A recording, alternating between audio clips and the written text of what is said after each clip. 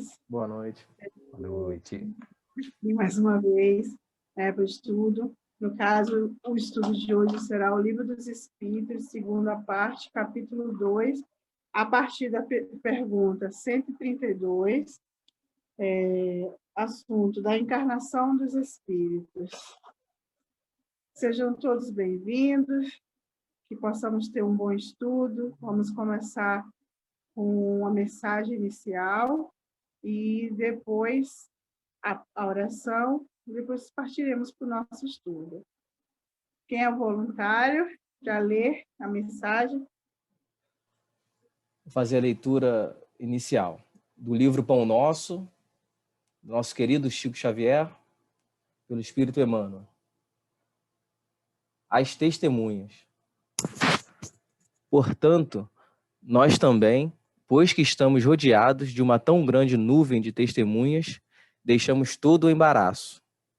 Paulo, Cartas aos Hebreus, capítulo 12, versículo 1.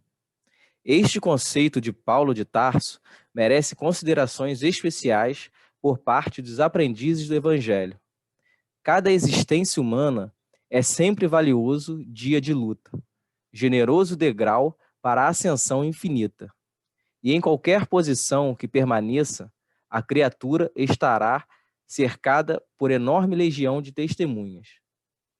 Não nos reportamos tão somente àquelas que constituem parte integrante do quadro doméstico, mas, acima de tudo, aos amigos e benfeitores de cada homem, que o observam nos diferentes ângulos da vida, dos altiplanos da espiritualidade superior. Em toda parte da terra, os discípulos respiram rodeado de grande nuvem de testemunhos espirituais, que lhe relacionam os passos e anotam as atitudes, porque ninguém alcança a experiência terrestre a esmo, sem razões sólidas, com bases no amor ou na justiça. Antes da reencarnação, espíritos generosos endossaram as súplicas da alma arrependida. Juízes funcionaram nos processos que lhe dizem respeito. Amigos interferiram nos serviços de auxílio, contribuindo na organização de particulares da luta redentora. Esses irmãos e educadores passam a ser testemunhas permanentes do tutelado. Enquanto perdura a nova tarefa, eles falam sem palavras nos refolhos da consciência. Filhos e pais, esposos e esposas, irmãos e parentes consanguíneos do mundo são protagonistas do drama evolutivo. Os observadores, em geral, permanecem do outro lado da vida. Fazer, pois, o bem possível aos teus associados de luta no dia a dia de hoje e não te esqueças dos que te acompanham, em espíritos cheios de preocupação e amor. Muito bem, queridos irmãos, vamos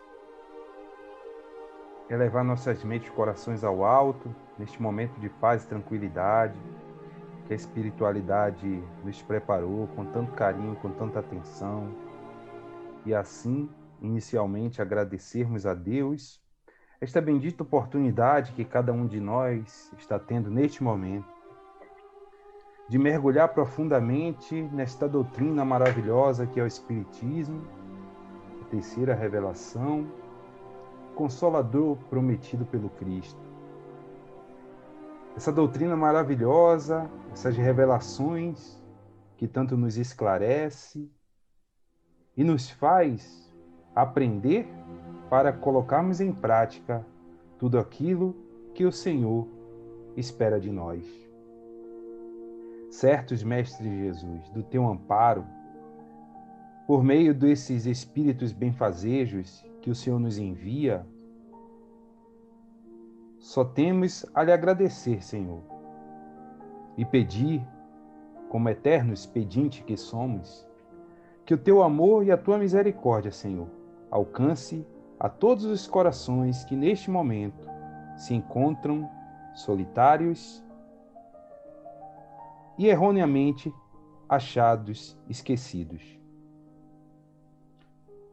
Que o bom ânimo e a perseverança continuem, Senhor, nas mentes e nos corações desses nossos irmãos. Quanto a nós, mantenhamos-nos firmes no ideal do bem, da fraternidade e do amor. Que os companheiros que não puderam comparecer ao nosso estudo hoje, participar deste singelo estudo, sejam envolvidos, Senhor, pelo teu amor e pelo teu carinho. Que os espíritos superiores, nossos anjos guardiões, possam estar conosco neste estudo, para que cada um de nós possa compreender a lição proposta para hoje. Sê conosco, Mestre Jesus, hoje e por todo sempre, que assim seja, graças a Deus.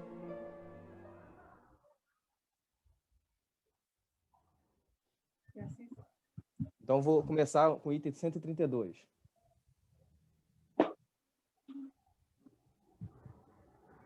Tá bom? Ok. Qual o objetivo da encarnação dos espíritos? Deus lhe impõe a encarnação com o fim de fazê-los chegar à perfeição. Para uns é expiação, para outros, missão.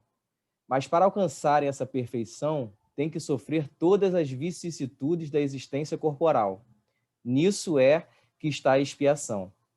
Visa ainda outro fim a encarnação, o de pôr o espírito em condições de suportar a parte que lhe toca na obra da criação. Para executá-la é que, em cada mundo, toma o espírito um instrumento de harmonia com a matéria essencial desse mundo, a fim de aí cumprir, daquele ponto de vista, as ordens de Deus. É assim que, concorrendo para a obra geral, ele próprio se adianta. A ação dos seres corpóreos é necessária à marcha do universo. Deus, porém, na sua sabedoria, quis, nessa mesma ação, eles encontrassem um meio de progredir e de se aproximar dele. Deste modo, por uma admirável lei de providência, tudo se encadeia, tudo é solidário na natureza. Vai continuar ou vamos falar sobre isso? Acho que é bom a gente ir comentando, né, cada perguntinha. Tá. Porque é um assunto bem, assim,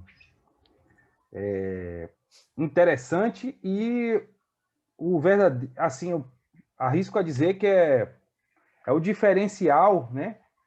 Que a revelação dos Espíritos vem nos trazer, né? De forma tão consistente, né? Concreta, porque a ideia da encarnação já é bastante antiga, né? Mas de forma muito dispersada, né? De uma forma muito alegórica. E a doutrina vem nos Kardec, né? Com seu trabalho, vem nos esclarecer de maneira muito objetiva, né? Do que se trata realmente a encarnação, né? Essa união do espírito com a carne, né?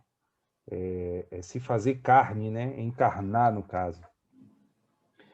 Logo na primeira pergunta aqui, eu acho interessante que a resposta da espiritualidade à pergunta de Kardec, né? Qual o objetivo da encarnação? Já fica claro aqui o nosso grande objetivo, né? O grande objetivo do espírito, né? Que é chegar à perfeição. Nós que fomos criados, né, simples e ignorantes, mas destinados à perfeição, que é o amor, né? Então vamos chegar um dia neste nível evolutivo, né? De tornarmos tão perfeitos que a nossa semelhança para com o Criador vai ser quase nula, né? Quase zero. E aí que vai se confirmar, né, aquela passagem, né, evangélica, e que nos é trazido, né, que nós somos a imagem e a semelhança do próprio Criador, né? Então, seremos quando atingirmos este nível, né? É o caso do nosso modelo e guia, né? Jesus. A aparência, né? A proximidade dele com o Criador é tão grande, né? Se parecem tanto em essência, né? Em comportamento, em poder, em tudo, né? É um ser perfeito, um ser completo. E essa similitude, essa aparência, né? Faz com que ele seja até, aos nossos olhos, confundidos com o próprio Criador. Por isso que tem muitas religiões, né? Muitos segmentos religiosos que consideram Jesus como o próprio Deus, né? Eles não consideram a possibilidade de Jesus ter sido criado igual a nós, né? E de ter atingido, ao longo de múltiplas existências, essa perfeição, né? Relativa com o próprio Criador. Então, eles creem que o próprio Jesus é Deus. E por que isso? Pelo poder, né? Pela capacidade que Jesus tem de transformar as criações de Deus, ou seja, aí eu estou falando dos elementos, né? Da natureza, como está escrito lá no livro Missionários da Luz ou Evolução em Dois Mundos, algum desses dois, acredito que é Missionários da Luz, que nos é dito que o próprio Jesus, ele, com as suas mãos augustas, criou o planeta Terra, construiu o planeta Terra. Então, isso para a gente é uma coisa assim magnífica, mas que em nenhum momento a gente confunde Deus, Criador, com Jesus, o teu filho, nosso irmão, né? E com isso não desmerecemos em nenhum momento, né, o Jesus. Pelo contrário, a gente considera ele o nosso modelo, o nosso guia, o nosso norte verdadeiro. Por isso que a gente tenta buscar, né, através do seu evangelho, essa perfeição relativa. E para isso é necessário que a gente encarne, né? Como diz aqui, né? Para quê? Para sofrer, né, entre aspas, essas vicissitudes da existência corporal, ou seja, as dificuldades, porque só a partir das dificuldades que a gente vai aprendendo, né? A gente ainda está nessa condição de aprender com a dor. Um dia não, um dia continuaremos aprendendo, mas de forma mais amena, né?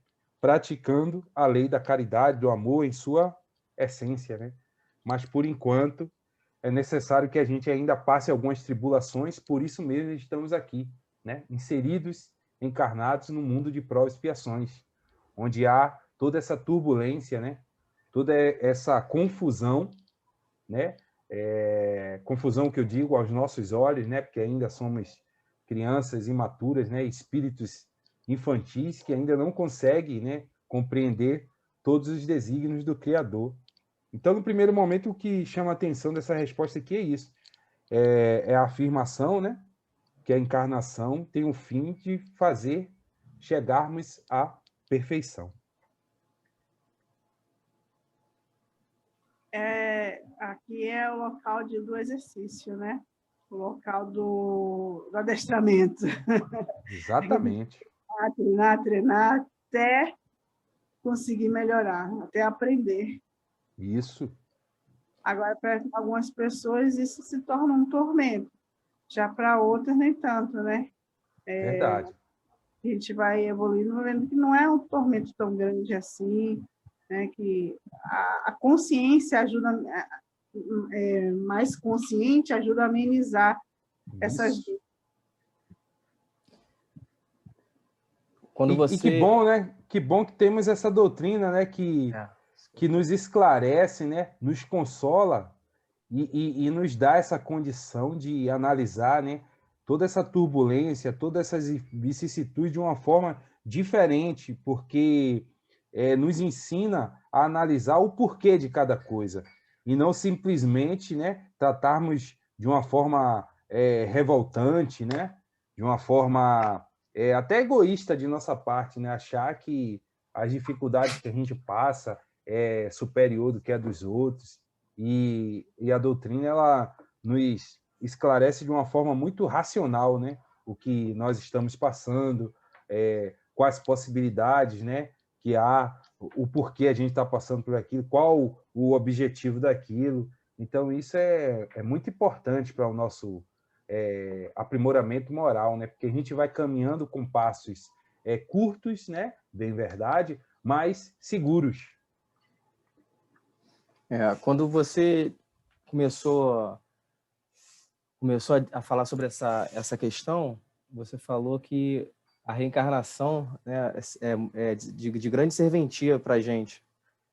Eu percebo isso quando a gente conversa, né, no nosso ciclo de amizade com aquelas pessoas, né, que ainda confundem Jesus com Deus, né, como você estava dizendo, pela grandeza, sendo que às vezes confunde também pelo fato de não querer estudar, né, sobre a religião, ficam um pouco presas e tudo mais.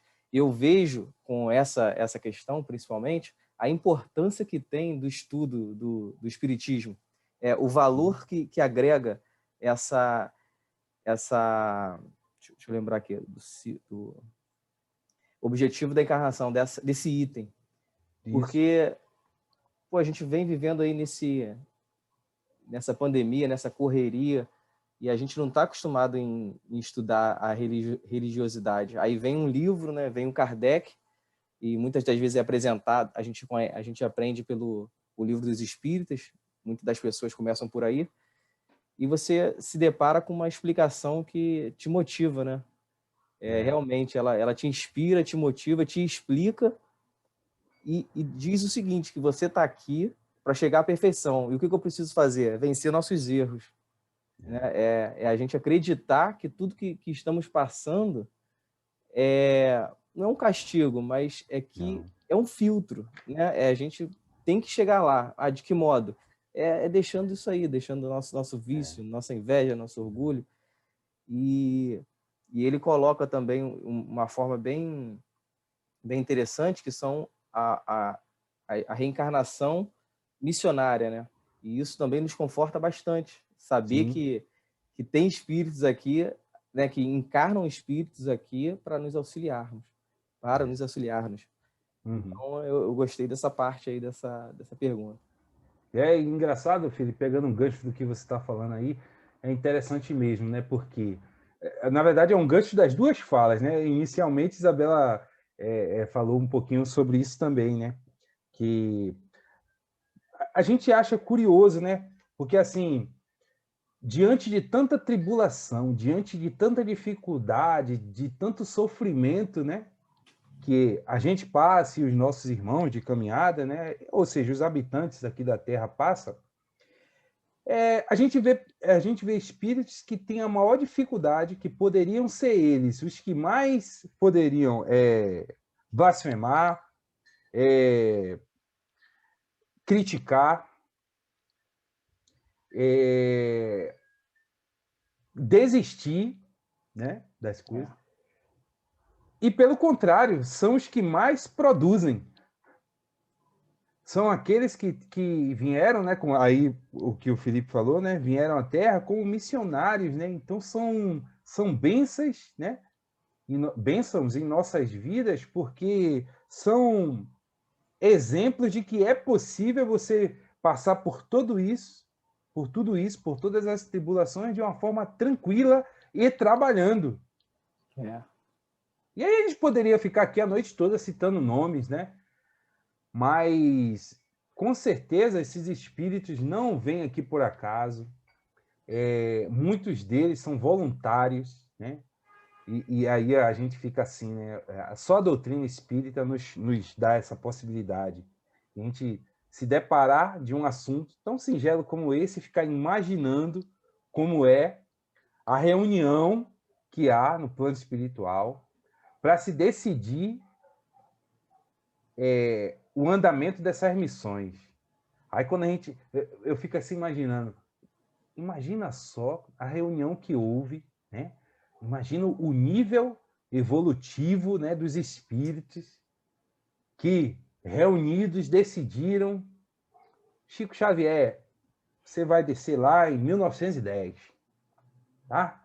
Vai encarnar lá na Terra, no Brasil, em Minas, Pedro Leopoldo, cidadezinha pequena, tal.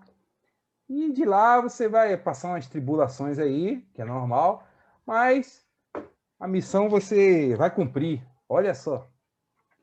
O camarada vem, passa toda aquela tribulação ali na infância, como a gente já viu aí nos livros, né, nas biografias, nos filmes.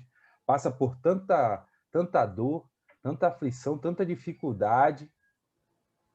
Chega à maior idade, desenvolve ali a mediunidade e só faz produzir o bem, só produz o bem. O camarada chega num nível que até outros segmentos religiosos que condenam o espiritismo continuam condenando, criticando, né?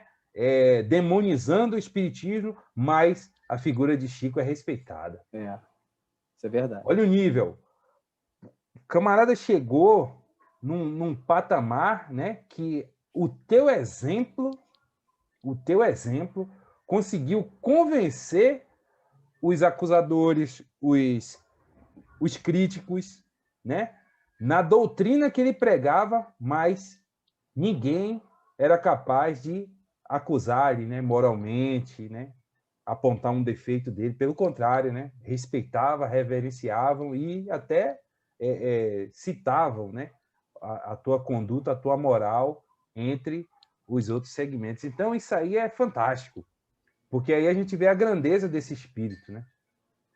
E sem aqui entrar naquela, de certa forma, naquela até polêmica, né, de quem foi Chico Xavier, né? Porque muitos acreditam, muitos desacreditam, ainda há muito que pesquisarmos, né, e compreendermos, mas também é algo que é comum em nosso meio, né? Essas discussões, né, no bom sentido, de se realmente Chico foi a encarnação de Kardec, de Francisco de Assis e tal. Então, é válido também. Não faz muita diferença, porque cada um né, trabalhou na sua época, cada um agiu da melhor forma, deu o seu melhor em prol da doutrina do Cristo, né? Mas como somos reencarnacionistas, a gente acredita que pode ter sido, né, essa possibilidade, mas também não anula, né, a figura de um nem de outro, pelo contrário, né? Quando a gente pensa nessa ótica, eles se completam e aí nos motiva a acreditar na própria evolução do espírito, né? Verdade. Eu já tive uma conversa com um amigo, ele é, né, evangélico, e a gente conversando, aí eu disse para ele, né, da doutrina kardecista, coisa e tal, a gente conversando, aí ele falou assim: pô, Felipe, escreveu uma coisa, cara, que me deixa, eu fico meio assim, eu não consigo entender. Aí eu falei assim: o que é, cara? Aí ele falou assim: pô, eu não consigo achar nada de ruim, nada que o Chico Xavier, né, tenha feito que desagrade alguém. Para você ver, né, a visão de uma pessoa de fora, né, assim, da doutrina, Sim, a pessoa reconhece, né, não tem como reconhecer o bem. E aí para mim, a maior lição assim do Chico, não, a maior não, né? Porque aí eu estaria até reduzindo ele, né?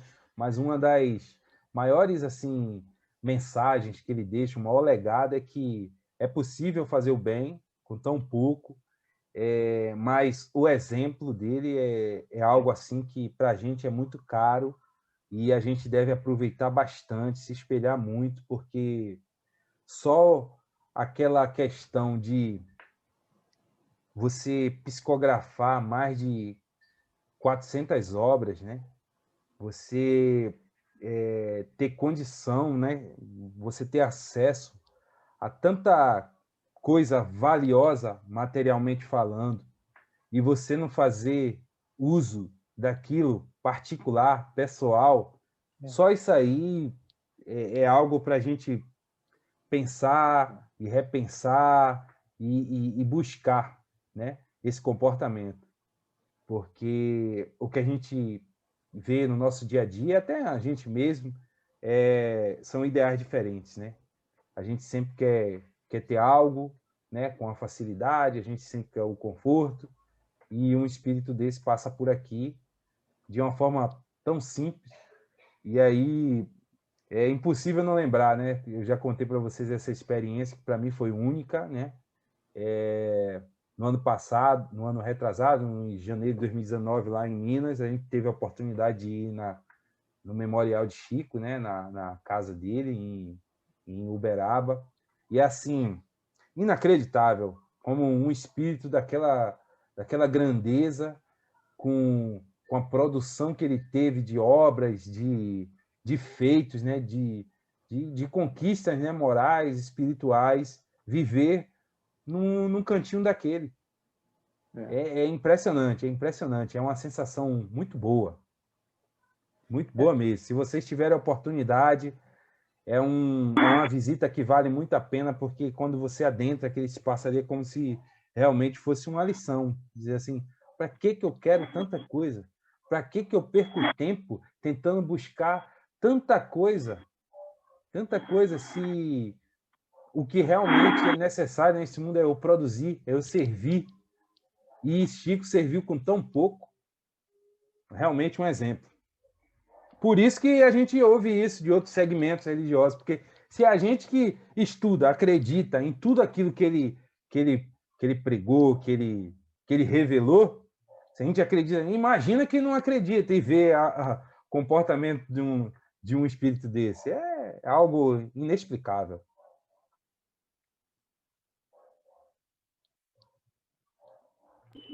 É a grandiosidade da alma dele, né?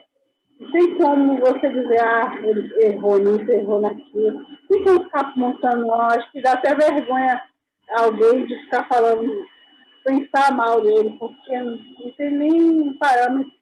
É, verdade. Isabela, Oi, me bota como anfitrião, por favor, de novo, porque saiu. saiu? Saiu. Aí eu não consigo compartilhar a tela para você ler. Pior que tá.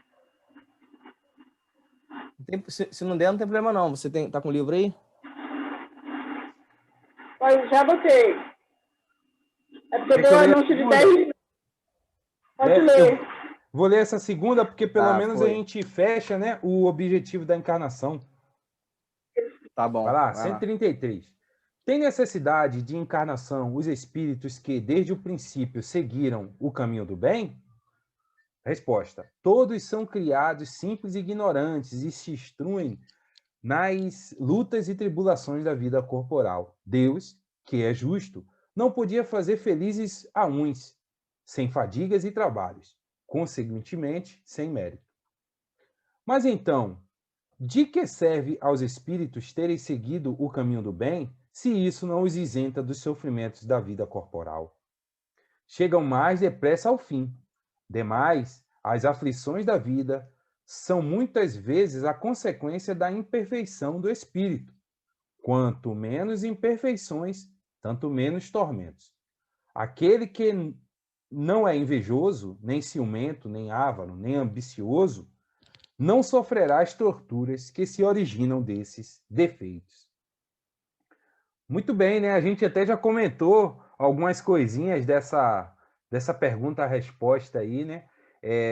Ali deixa claro, né, que é realmente necessário, né, a encarnação, tanto para aqueles que agem, né, já conseguem agir no bem, né? Porque aí vai se aperfeiçoar cada vez mais, né? Lembrando que, como fomos criados simples e ignorantes, então as nossas experiências é que vai fazer esse paralelo, né? De que forma vamos, né, agir nas futuras encarnações, né? Através desse aprendizado, né? E à medida que a gente vai aperfeiçoando a nossa moral, né? Quando a gente vai se conscientizando disso, igual como a Isabela falou, a questão da consciência, quando a gente vai se conscientizando disso, a gente vai automaticamente melhorando, porque a gente vai deixando de lado todos esses sentimentos aqui inferiores que faziam parte da gente, né? A ambição, né? O ciúme, a inveja, ou seja, todos esses defeitos, né, que a gente adquiriu com o tempo, a gente vai também eliminando. E a partir do momento que a gente vai eliminando, é como se a gente estivesse dispensando, né, aqueles itens da bagagem, né, da nossa mochila, da nossa mala, que a gente não precisa mais. E ela vai se tornando mais leve, e aí a gente vai podendo avançar por muito mais tempo, né, sem aquela exaustão, sem o cansaço, né? A gente vai caminhando de uma forma mais amena e fica tudo.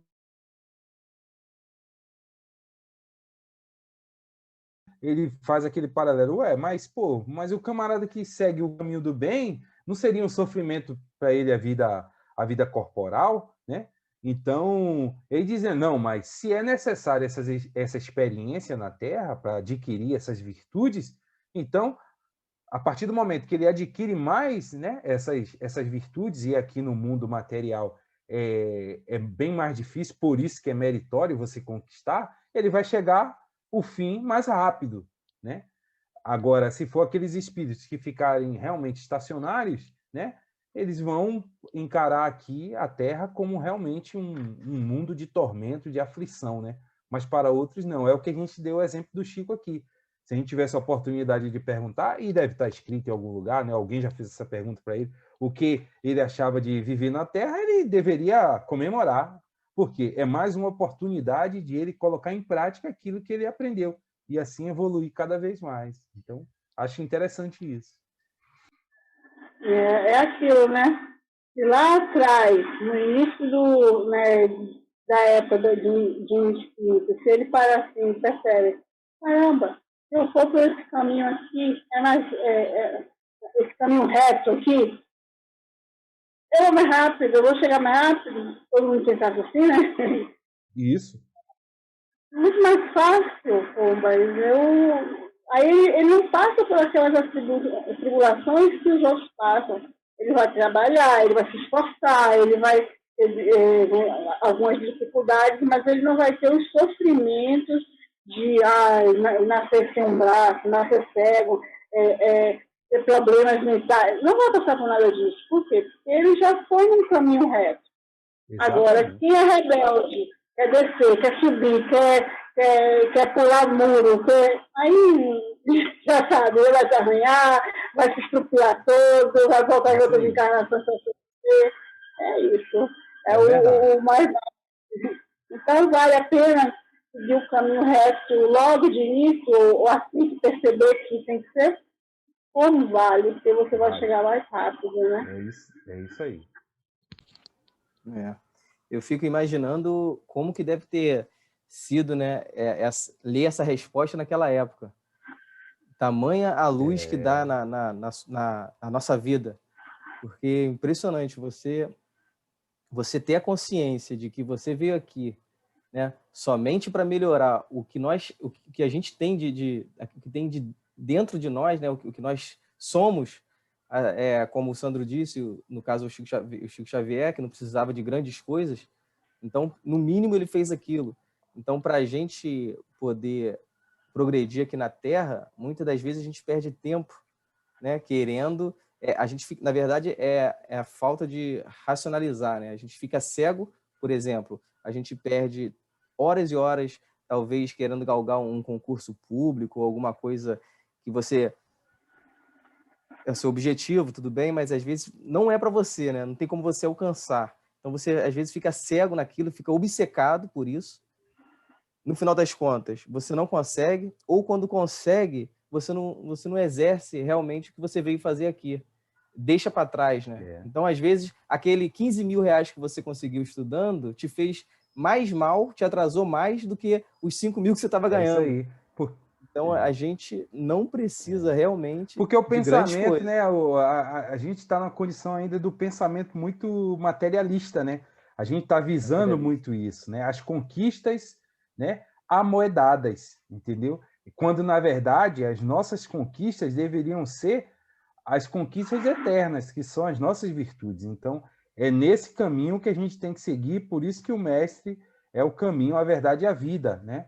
Porque ele é o caminho, ele é o norte, é ele que a gente tem que buscar e voltar toda a nossa atenção. Show de bola. Mas a gente também, assim, com certeza é Deus, é Jesus, a gente tem que seguir o caminho correto. Mas, assim, essas tribulações da terra, uma dessas a gente também progredir aqui dentro, né? Aprender, porque de forma correta, claro, sem obsessão. Tem aquela coisa de só dinheiro. Não, não é isso. É o progresso através do trabalho, né? Isso é muito válido. E não pode você fazer tudo só pelo dinheiro, só pelas conquistas financeiras. Mas, claro que o principal, sempre. Porque se você não... Queridos amigos, nosso tempo no Zoom chegou ao fim, antes de realizar a prece final. Porém, nosso estudo foi realizado com êxito, sempre com boas reflexões e com consciência que somos meros aprendizes. O Núcleo de Estudo Espírita da Esquadra deseja a todos uma boa noite e até quarta-feira, dia 3 de fevereiro, em nosso estudo do livro Intercâmbio. Esperamos todos lá. Que continuemos com boas vibrações para alcançar as inspirações do Altíssimo. Fique com Deus e até mais.